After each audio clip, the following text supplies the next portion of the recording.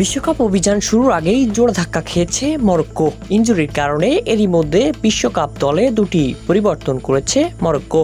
Winger আবদে এজাল জুলিকে এবং defender নায়েব আগার্ড বিশ্বকাপ শুরু হওয়ার আগেই দল থেকে ছিটকে গেছেন।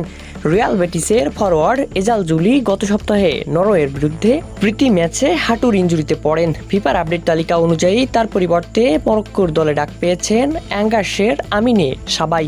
অন্যদিকে মার্সেইর সেন্টার ব্যাক আগার্ড উরুর অস্ত্রোপচারের কারণে ম্যাচের পর থেকে আর মাঠে নামতে পারেনি। তাকে নিয়ে কোনো ঝুঁকি নিতে চায়নি মরক্কো, যে কারণে টুর্নামেন্টের আগেই আগার্ডের পরিবর্তে মারওয়ানের সাদানকে দলে ডাকা হয়েছে। যদিও এ সম্পর্কে কোনো মন্তব্য করতে রাজি হয়নি মরক্কোর টিম ম্যানেজমেন্ট, কিন্তু অধিনায়ক আশরাফ হাকিমি ইনজুরি আক্রান্ত দুই সতীর্থের প্রতি সমবেদনা জানিয়ে সামাজিক যোগাযোগ মাধ্যমে পোস্ট দিয়েছেন। পিএসজি তারকা হাকিমি লিখেছেন, ফুটবল অনেক সময় নিষ্ঠুর হতে পারে। প্রথম দিন থেকে তুমি দলকে যা দিয়েছো তার জন্য ধন্যবাদ। আমরা সবাই তোমাদের জন্য লড়াই করব। আমরা তোমাদের অনেক ভালোবাসি। শনিবার দিবাগত রাতে গ্রুপ সি এর ম্যাচে নিউ জার্সিতে 5বারের বিশ্ব চ্যাম্পিয়ন ব্রাজিলের মুখোমুখি হবে মরক্কো।